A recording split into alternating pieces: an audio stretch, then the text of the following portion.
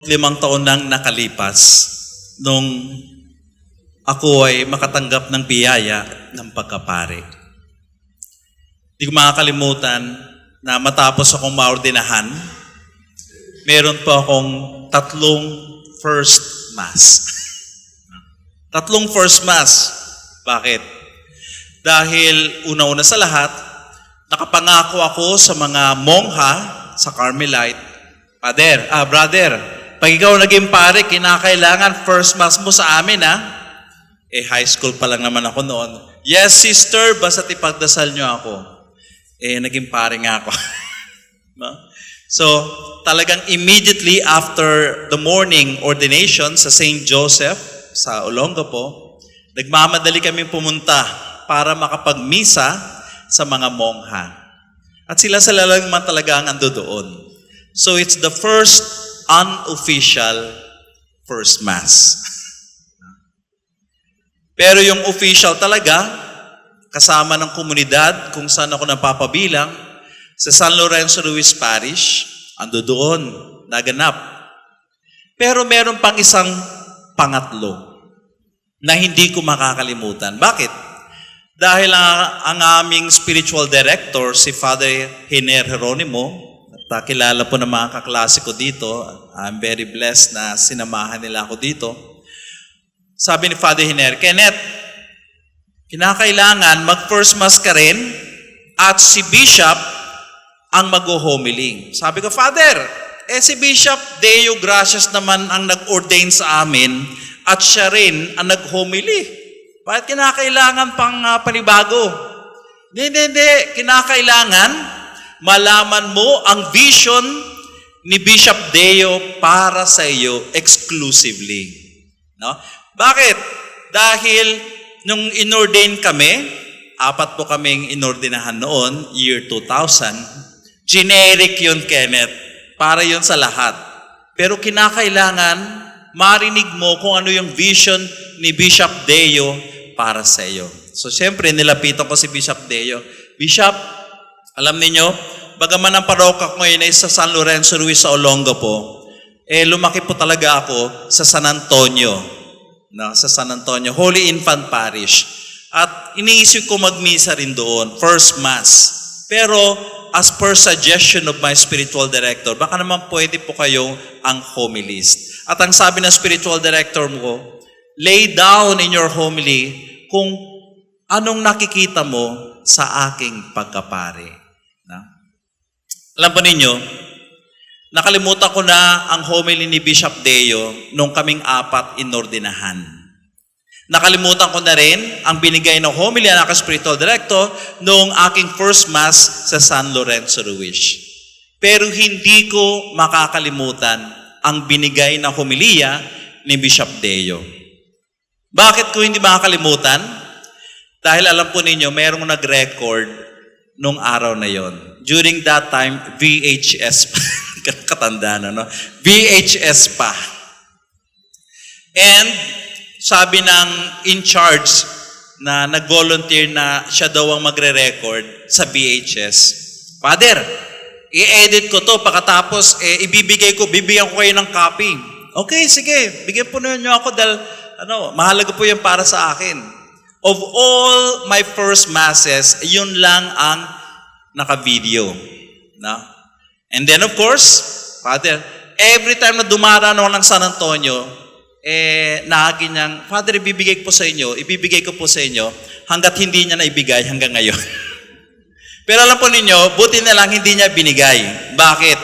Because I made it a point na matatandaan ko talaga at hindi ko makakalimutan ang homilya sa akin ni Bishop Deo. Unfortunately, hindi siya. I invited him to be here. I-remind ko sana siya sa kanyang homily on that day. Kaso nga lang, busy po siya sa isang schedule. At ang buod ng kanyang sinasabi ay, Kenneth, ang pagiging pare, kinakailangan kang magmistulang tulay. Tulay. Para kanino? No? During that time, si Bishop Deo at ako rin po mismo bilang seminarista at maagang batang pare, involved sa Commission on Ecumenism. No, ecumenism. Kaya sabi niya sa akin, ikaw ay dapat na maging tulay sa simbahang Katoliko at sa mga kapatid nating Kristiyano. At ganoon na nangyari. I became involved as a young priest sa mga ecumenical works dito sa ating diocese. Tatandaan ko pa sa Olongapo, merong gathering doon na talagang pinangunahan ko ang ecumenical gathering na yon. No? And ako naman natutuwa. Bakit? Kahit hanggang ngayon, especially with my involvement sa Alpha Philippines, na isang evangelization tool na hindi naman talaga Katoliko, kundi Protestante, Anglican, Episcopalian, no? Ando doon pa rin ang diwa ng pagiging tulay sa mga kapatid nating Kristiyano, no? Na hindi Katoliko. Ikalawa, kinakailangan daw akong maging tulay para sa mga tao. No? Bakit? Dahil alam naman natin na hindi lang naman mga Kristiyano ang watak-watak, kundi meron ding pagkakawatak-watak sa mga kapatid natin, sa mga tao. At ang pagkapari ko daw ay dapat maging tulay sa bawat isa. And then the third one, kinakailangan ka maging tulay para sa Diyos. No? Tulay para sa Diyos. Not only to connect other people, but to connect other people with God. After 25 years, I tried na isabuhay yung pagiging tulay na yan. Pero alam po ninyo, napakahirap. Napakahirap maging tulay at bumuo ng tulay. Kaya sa aking pagninilay, parang hindi ko kayang maging taga-gawa ng tulay. Unang-una sa lahat, alam po ninyo ang ibig sabihin ng pontifex. No? Bridge builder. No? Yun actually yung tawag sa Santo Papa. Trabaho yun ng Santo Papa. No?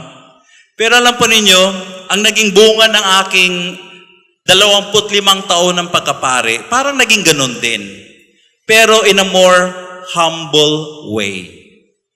In what sense? Hindi siguro tulay, no? Kundi hagdanan. Hagdanan. Bakit? No?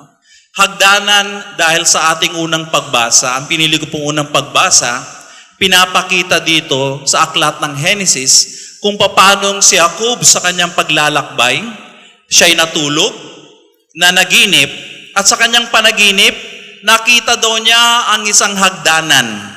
Hagdanang nakakonekta sa langit at sa lupa. At sa hagdanang yon, akyat panaog ang mga anghel. At nung kanyang pagising, ang sabi niya, tunay nga na ang Diyos ay nasa lugar na ito. No? Bakit? Dahil ang pangako ng Diyos para sa kanya ay sasamahan at mananatili siya sa lahat ng paglalakbay ni Jacob sa kanyang buhay. Yun yung ibig sabihin ng Bethel.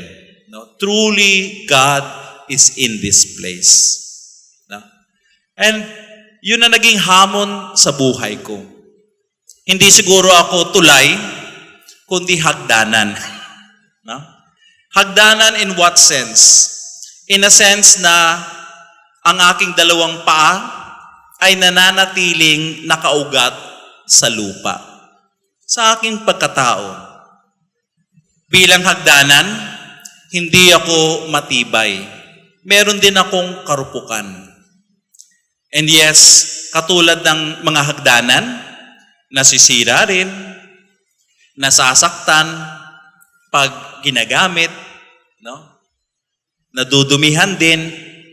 But at the end of the day, sa pamamagitan ng aking pagkapare bilang isang hagdanan, nakakaakyat at nakakaranas ng langit ang aking kapwa. Alam po ninyo, memorable ngayong araw na ito sa akin. Siyempre, ordination anniversary. Pero hindi po.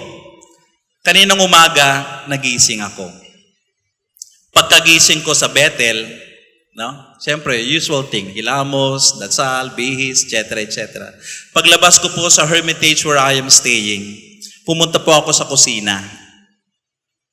Pagdating ko sa kusina namin, walang pagkain. No? Katapos, the usual thing na ginagawa naman namin.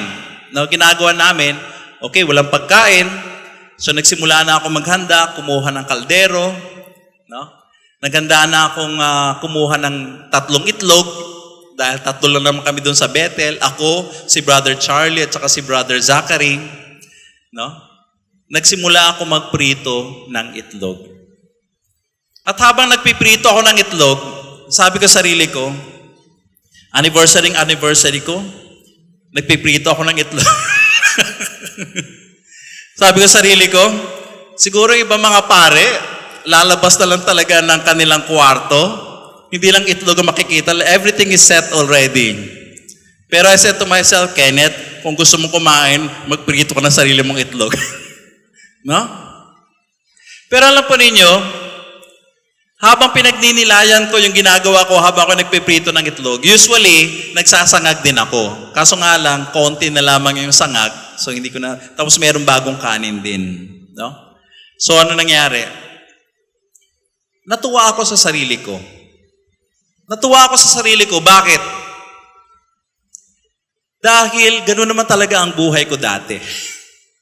Sabi ko sa sarili ko, after 25 years, marami na akong narating. After 25 years, marami na akong na-experience. And yes, after 25 years, marami akong itlog na nakain. Yung itlog na nakain. No?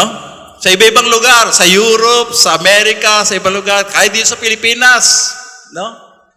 And then I celebrate my 25th year, nagluluto ng sarili kong itlog. No? Pero maganda dito is this, masaya ako. Siguro sasabihin ng iba, after 25 years, Kenneth, ikaw pa rin nagluluto ng sarili mong pagkain. No? Pero masaya ako. Bakit? Dahil doon naman kasi ako nanggaling. No? Masaya ako. Bakit? Dahil nagdasal ako kay Lord. Lord, baguhin mo rin naman ang buhay ko. And in so many ways, nabago ang buhay ko nung ako'y naging pare. Pero natutuwa ako. Bakit? Dahil bagaman sa harap ng mga pagbabagong naranasan ko, nakikilala ko pa rin ang tunay na Kenneth na tumanggap ng biyaya ng pagkapare 25 years ago. Yung Kenneth na nagluluto ng sariling pagkain, kahit almusal lang.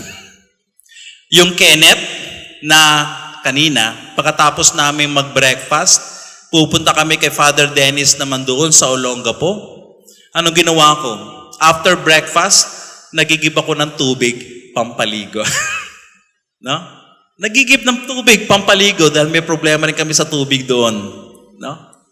Yung Kenneth na, yes, meron ng sasakyan, pero at least marunong pa rin sumakay ng Victory Liner. No? Papuntang Maynila. Yung Kenneth na simple lang. Yung Kenneth na marunong magpasalamat sa mga payak na bahagi ng buhay. No? Kaya kanina sabi sa sarili ko, no? I'm very happy. Because kahit 25 years na ang nakalipas, ako pa rin yung Kenneth na inordinahan 25 years ago. Yes, hindi na ako mukhang patay gutom. No, dahil dati kasi talaga payat na payat ako. No?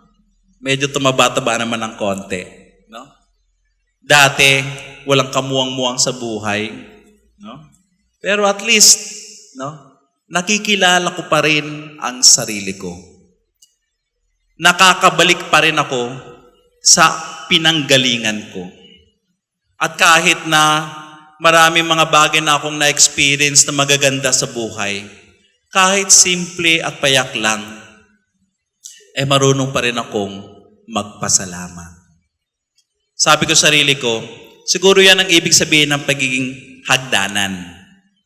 Bakit? Ang hagdanan walang kwenta pag ang dalawang paa nito ay hindi nakatapak pa rin sa lupa. And I'm very happy that in very simple ways, nakikita ko pa rin ang aking dalawang mga paa na nakayapak sa lupa. Yes, ang aking kamay siguro still trying to reach heaven, no? Inaabot pa rin ng langit. Ako ay isang hagdanan na bagaman marupok, hindi humihiga. Dahil ang hagdanang nakahiga, walang kwenta. No? Hindi nakapagpapaangat ng mga taong umaakyat sa Kanya. So I'm very happy, no? Na ang aking pagkatao ay pagkapari ay nagiging instrumento upang maranasan ng Diyos, upang maranasan ng ibang tao ang Diyos sa kanilang buhay. Yun yung unang hagdanan. Ikalawang hagdanan. No, kung si Bishop Deo may 3 tulay, ako naman 3 hagdanan. Ikalawang hagdanan ay yung hagdanan ng Bethel. No? You know, to be honest with you, hindi ko naman talaga inisip ang Bethel nung simula. Kahit naman yung pagkapare, wala naman talaga sa plano ko yan. Lagi ko sinasabi, 3 bagay lamang ang gusto ko sa buhay. Gusto ko maging piloto, gusto ko maging medical doctor, gusto ko maging engineer. Ni isa doon, walang nangyari. No? Nalihis ang aking buhay dahil sa isang aksidente, dahil si Father Ernie pumunta sa eskwelahan namin sa Yangko, sa San Antonio, at nag-conduct ng entrance exam. Si Sister Gemi Castañeda, SFIC, palibhasa matanda na, nakalimutan niya na yun pala yung araw na darating si Father Ernie. Kaya nung dumating si Father Ernie, sabi niya kay Father Ernie, "Yes, Father, punta po kayo sa 2nd floor. Tatawagin ko lamang po yung mga applicant." No? And, pagkatapos umakyat ni Father Ernie, si Sister Gemi Castañeda pumunta doon sa school ground at pinagtatawag ang kung sino mang estudyanteng makita niya. "Ikaw, anong ginagawa mo? Ikaw, anong ginagawa mo? Halika dito." No? "Yes po, sister." Isa ako doon sa mga natawag. "Yes po, sister." Si Father Ernie ando doon, nagko-conduct ng entrance examination. Walang nagtitake na exam. "Kumuha kayo." "Sister, hindi kami magpapare." "Okay lang yan. Nakakaya tayo dito. Catholic school, walang nag-a-apply." No? "Sige po, sister. Okay lang." No? So pumayag kami. So wala talagang plano, no? And then after a few weeks, dumating yung sulat. Aba, isa ako sa mga nakapasa. And the rest is history. Hindi yun ang plano ko, pero iba yung plano ng Diyos. Nagre-regret ako? Hindi ako nagre-regret. Natutuwa ako. Yan ang dahilan kung bakit mamaya makikita ninyo yung chalice na luma na pinaukitan ko doon. Non voluntas mea sed fiat tua. Not my will, but your will be done. Upang every time na tinataas ko yung kalis na yan, pinapaalala sa akin, Kenneth, ikaw naging pare, hindi dahil sa gusto mo, kundi dahil yan ang gusto ko para sa iyo. Bakit Bethel ang ikalawang hagdanan? Dahil bagaman hindi ko plano maging pare, nung pinakita sa akin ni Lord na yun ang gusto niya, okay, sige, gusto ko na rin maging pare. Subalit nung ako'y high school, iniisip ko, sino ba talaga ang pare? Yun yung ando doon sa parokya, nagmimisa, nagbibinyag, nagkakasal, nakikinig ng kumpisal. The usual thing na ginagawa ng pare sa isang parokya, yan naman talagang alam ko. No? Kaso nga lang ang nangyari, even on that regard, hindi nagkaroon ng kaganapan ang naisin kong yun. You know, when I said yes to God, I said, yes, Lord, gusto ko nang maging pare. Pero ang iniisip ko talaga, maging parish priest. No? Yun naman usual na iniisip, no? Nasa parokya ka, ganyan-ganyan. You know, 25 years na, wala pa rin. Sabi ko sarili ko, ano nangyari sa akin? No? Hindi naman talaga plano ko maging pare. O sige, yes Lord, magiging pare ako. Kaso nga lang, yung uri ng pagkapare na sinabihan ko ng yes kay Lord, naging 25 years na wala pa rin nangyari. No? Isa sa mga inibitahan kong mga obispo dito ay si Francis de Leon, Bishop Francis de Leon. Siya kasi yung rektor ng San Carlos Seminaryong tumanggap sa akin at siya rin yung naging rektor for the second time nung nag-graduate kami sa seminaryo. Gusto ko siyang sisihin. Bakit? Dahil pakana niya kung bakit ako nakapag-aral sa ibang bansa. Why? Because at the end of our formation, sabi ni Monsignor Francis during that time, no? Okay, Net, we recommended you for ordination. Okay, thank you very much po. But we also recommended that you become a seminary formator and also to do further studies. Wala sa plano ko yan. No? Sa akin lang naman, simple naman pangarap ko sa buhay. The usual thing na ginagawa ng pare. Kaso nga lang, napaka-obedient ko ata. Yes po, Monsignor. No? Okay, tinanggap yun. Nireport ko kay Bishop Deo. Bishop Deo, sabi ni Monsignor, rektor namin na mag-aral din po ako sa ibang bansa at maging seminary formator. Ganun ba? O sige. No? Bagong pare, inassign ako sa minor seminary dito. No? As spiritual director. And then of course, while I was spiritual director sa minor seminary dyan, inaasikaso na ang mga papeles ko para makapag-aral sa ibang bansa. At nang dahil doon sa pag-yes ko kay Monsignor Francis at kay Bishop Deo, nawindang ang buhay ko. Yung isang pangarap ko, wala pa rin. No? Nang dahil doon. No? Sabi ko nga, okay, 25 years, hindi na talaga. Tinanggap ko na po. No? Ngayon po, doon na ako sa Bethel. Tinanggap ko na. Hindi mangyayari yan sa buhay ko. No? But I pray to God, sana wala akong regret. No? Wala akong maging regret. Dahil yun naman ang naging second dream ko sa buhay, pero hindi pa rin nangyari. Sabi ko sa sarili ko, perhaps it is God telling me again, yung nakalagay sa chalice, non voluntas mea, sed fiat tua. Kaya ang Bethel ngayon ay isang napakagandang paalala sa akin, no? Na andiyan ka sa Bethel, Kenneth, hindi dahil sa yan ang plano mo, kundi yan din ang plano ko para sa iyo.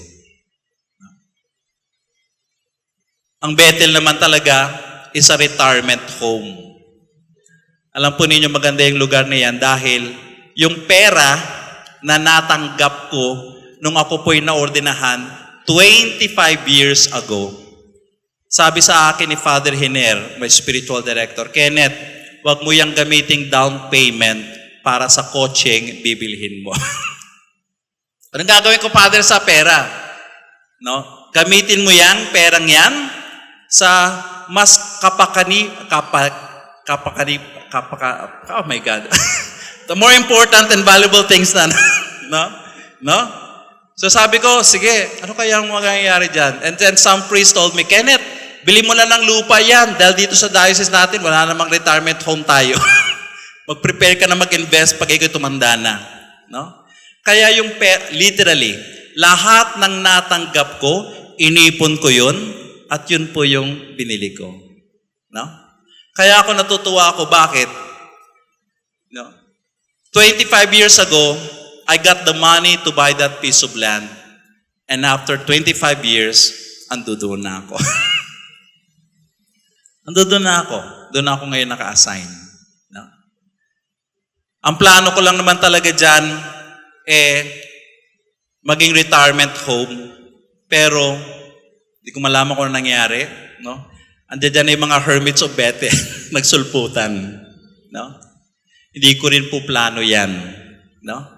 Pero I guess God is telling me some things. Alam po ninyo, 50 years old, 25th anniversary ko, sabi ko rin, early retirement. Yan ang plano ko. Kaya hinanda ko na yan. Every year, kinakailangan ang Bethel, maganda na, maayos na, self-sustaining na, para ngayong araw na ito, 25th year, sa pagkapare, retired na ako. Early retirement. Hindi pala yun ang plano ni Lord para sa akin. No? But that's okay. Non voluntas mea, sed fiat tua. Dahil doon, naranasan ko na kahit hindi ko malaman kung saan patutungo ang buhay ko katulad ng karanasan ni Jacob, ang Diyos ay kapiling pa rin niya sa bawat yugto ng kanyang buhay. Yun yung ikalawang hagdanan. No? Yung Bethel. Yung ikatlo, no? Alam po ninyo, iniisip kong souvenir. Tinatanong ako ng mga taga-iba dito, ng mga organizer, Father, anong gusto ninyong souvenir? Iniisip ko talaga, miniature na hagdanan. No? Kaso nga lang, pa naman gagawin nila doon? De-decorate lang yan, no? Mawawala rin yan. No? Eh kung hagdanan naman, pangit naman, no? After ng misa, may mga dala-dala kayo hagdanan. No? I'm sure magagamit yan sa bahay ninyo, practical yan. No? Kaso, sige, subukan ninyo mag-uwi ng hagdanan. No? Kaya, naisipan ko, yung ikatlong hagdanan na lang. Ano yun? T-shirt. Father, bakit t-shirt? Hindi yung t-shirt doon, kundi kung ano yung nakalagay doon sa t-shirt. Santuario de San Pio. No? Dahil para sa akin sa buhay ko, yun yung ikatlong hagdanan. No? Yung aking debosyon kay Padre Pio, na ngayon ay nagdadala sa pagpapatayo ng santuario, ng shrine in His honor. And I do believe na ang lugar na yan, yung santuario yan, ay magiging hagdanan kung saan ang biyaya ng Diyos ay bababa at ang panalangin ng mga tao ay maiaakyat. Isa lang naman panalangin ko no? Na ang lugar na yan sa pamamagitan nila ng biyaya ni Padre Pio ay maging hagdanan hindi lamang para sa akin, kundi para sa inyo rin. Na maranasan ninyo at masabing, tunay ngang andirito ang Diyos, kapiling natin. 25 years, nag-groundbreaking lang kami last August. Feeling ko, nagsisimula pa lang din ang aking vision. Pero, ako'y natutuwa. Bakit? Dahil kung meron mang isang napakalinaw na pinapakita ang Diyos sa 25 taon ng pagkapare, sabi ni Lord sa akin, Kenneth, wala kang dahilan para magreklamo dahil lahat naman ng bagay na kinakailangan mo, binibigay ko rin. In what sense? Ang Bethel, financially, talaga naman poor kami. Lahat ng pera ko actually napupunta ngayon doon sa Bethel. 2 weeks ago nakatanggap ako ng pera, sweldo ko sa Olas. Wow, 25,000! No? Alam niyo, dumaan lang sa kamay ko. Bakit? Dahil yung 25 na yan, bumalik ulit doon sa Olas din. Why? Para sa board and lodging at tuition ni Brother Kian. No? Napakamahal na pala, 10,000 na. Pero okay lang yan. Hindi tayo pababayaan ni Lord. Sabi ko kay Brother Kian, 100,000 per semester. No? Kayo din naman, kung ano man ang kinakailangan namin sa Bethel, nakakatuwa. Mga simpleng milagro na itong kinakailangan, binibigay naman ng mga tao. No? Kahit yung lakas nagugulat ako.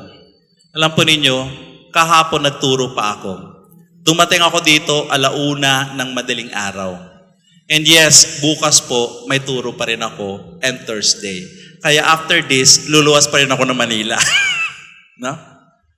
Kung titingnan, nakakapagod.